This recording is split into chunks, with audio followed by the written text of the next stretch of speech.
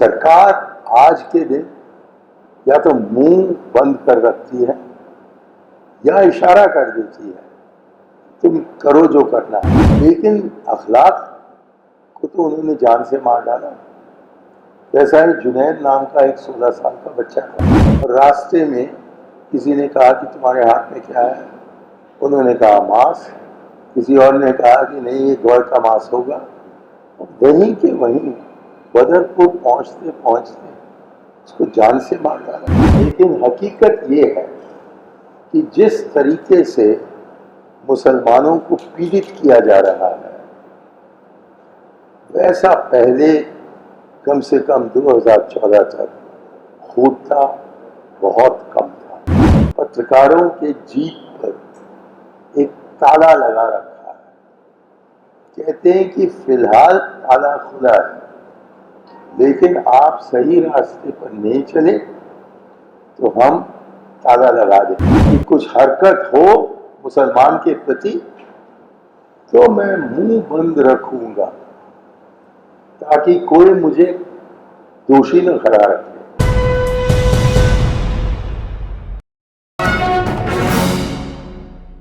और आप सोचिएगा कि पिछले 70 साल में या 75 साल में जो पाबंदियां तब नहीं लगाई गई थी आज लगाई जा रही हैं या नहीं, मुझसे मत पूछिए। आप किसी भी संपादक से बात कीजिएगा, किसी भी पत्रकार से आप बात कीजिएगा। मेरे छोटे भाई जो हैं काफी जाने माने हैं, वो एक लेखक है, नाम उनका है स्वामीनाथन, और पिछले 50 साल से वो जर्नलिज्म कर रहे हैं और जो भी उन्होंने 50 साल में लिखा हो वो सब एकदम पास किया जाता है। लेकिन अब बहुत ही ध्यान से जो वो लिखते हैं उसको संपादक देखता है। संपादक ही नहीं लेकिन वो जो कि मालिक है वो देखता है, वो कहता है कि कहीं मेरे बिजनेस को चोट न लगे स्वामीनाथन के लेख से।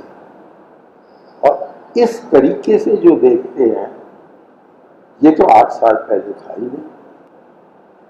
कौन सोचता था कि कांग्रेस नाराज हो जाएगा तो हमारे इश्तिहार बंद हो जाएगा, लेकिन अब वो जानते हैं कि वो रहे आपके साथ तो सरकार आपको हजारों नहीं, लाखों नहीं, करोड़ों रुपए देगी। इसीलिए आप देख रहे होंगे कि आज इन दिनों में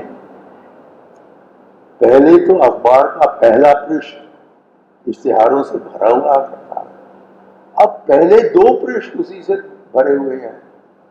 लाखों वो लेते हैं इसके लिए, और कौन देती है? सरकार। तो हुकूमत ने हमारे पत्रकारों के जीप पर एक ताला लगा रखा है, कहते हैं कि फिलहाल ताला खुला है, लेकिन आप सही रास्ते पर नहीं चले तो हम ताला लगा देंगे और फिर आप क्या कर पाओ। ये है खतरा हमारे आजादी पर। दूसरा कहा जाता है, दूसरा नारा जो हमने अपने संविधान में लगाया है वो है समानता, इक्वालिटी, मुसव्वत। अब इसमें ये बताया गया है उल्लेख में कि समानता का मतलब ये है कि आप जो भी भाषी हो, जो भी क्षेत्र से आप आते हो, जो भी ज़बान आप बोलते हो, जो भी मजहब को आप अपनाते हो, आपको एक ही नजर से सरकार भी देखेगी और आपके शहर जो बाशिंदे हैं वो भी देखेंगे। मेरे ख्याल में दूसरी चीज सबसे जरूरी है कि आपके जो सह बाशिंदे हैं वो आपके तरफ प्यार और मोहब्बत की नज़र से देख रहे हैं या ये कह रहे हैं अपने प्रधानमंत्री को सुनकर कि खबरदार उनका लिबास देखो? प्रधानमंत्री ने कहा ना, खबरदार ये भी देखो कि दाढ़ी है या नहीं। वैसे तो उनके पास भी दाढ़ी है, लेकिन आप लोगों की दाढ़ी की तरफ खास देखना चाहते हैं। उनका कहना है कि लिबास देखना हो तो देखो कि बुर्खा पहनी हुई है या नहीं, हिजाब पहनी हुई है या नहीं। तो इससे किसी प्रकार का प्यार या मोहब्बत पैदा नहीं हो सकता। यदि आपके सह बाशिंदे आपके तरफ बिल्कुल खुले आम, खुले दिल, खुले आंखों से नहीं देखा तो आपको खतरा पड़ता है, और आपको खतरा पड़े तो जमहूरियत कम होती है, क्योंकि संविधान का कदर नहीं हो रहा है। समानता को माना नहीं जा रहा है, और जबकि सरकार इसके साथ जुड़ जाती है और कहती है कि कुछ हरकत हो मुसलमान के प्रति तो मैं मुंह बंद रखूंगा ताकि कोई मुझे दोषी न खड़ा रखे। लेकिन सबसे बड़ा दोषी तो वही है जो कि चीखता है हर हिंदू पर जो हरकतें हों और मुंह बंद करके रखता है जबकि अक़लियतों पर किसी प्रकार का हमला हो।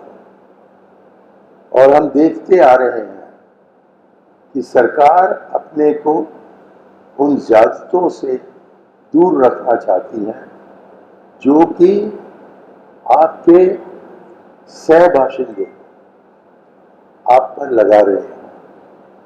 अखलाक 8 साल हुए मर गए, वो कोई दोषी आदमी नहीं था, लेकिन कोई उसके घर में गया, जो भी मांस वहां पड़ा था उनके रेफ्रिजरेटर में उसको निकाला और कहा कि हम इसको भेज रहे हैं फॉरेंसिक लेबोरेटरी ये पता करवाने के लिए कि गाय का मांस है या और किसी का। और आपको पता है कि फॉरेंसिक लेबोरेटरी ने क्या कहा? नहीं, क्योंकि वो तो छोटे में छपा होगा या छपाई नहीं होगा, लेकिन अखलाक को तो उन्होंने जान से मार डाला।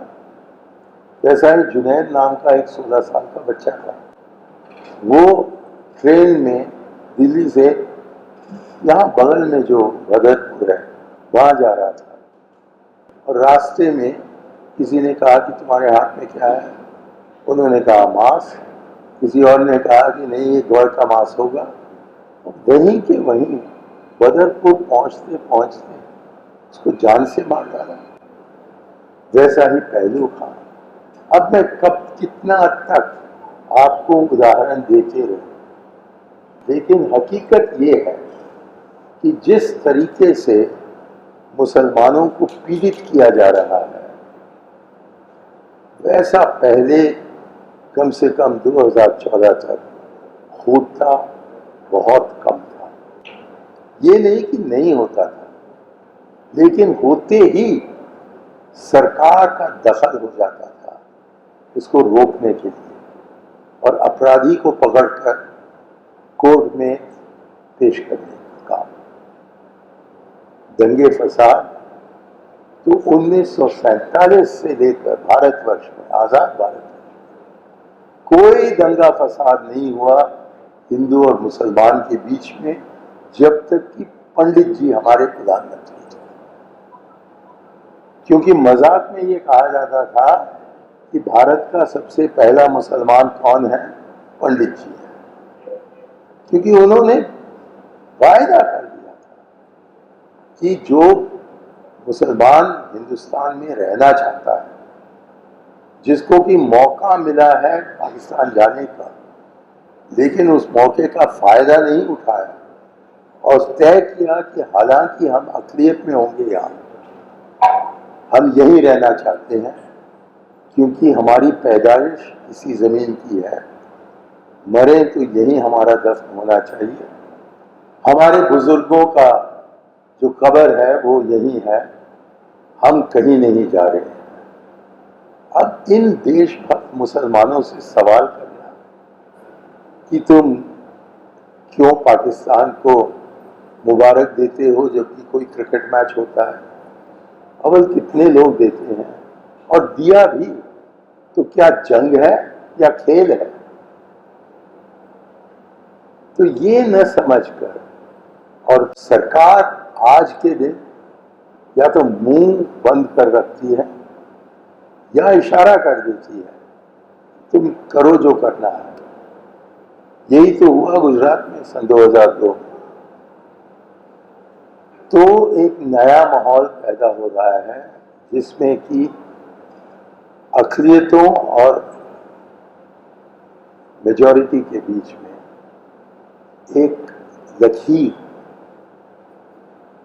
बनाया जा रहा है, एक दीवार बनाया जा रहा है, और जो लकीर के उस पार हैं आप जो मर्जी उनके साथ करो, जो लकीर के इस पार है उनको हम बचा कर रखें।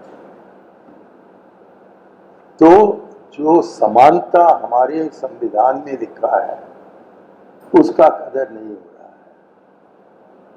और लग रहा है कि वे और भी ज्यादा इस प्रकार की तानाशाही करना चाहते हैं।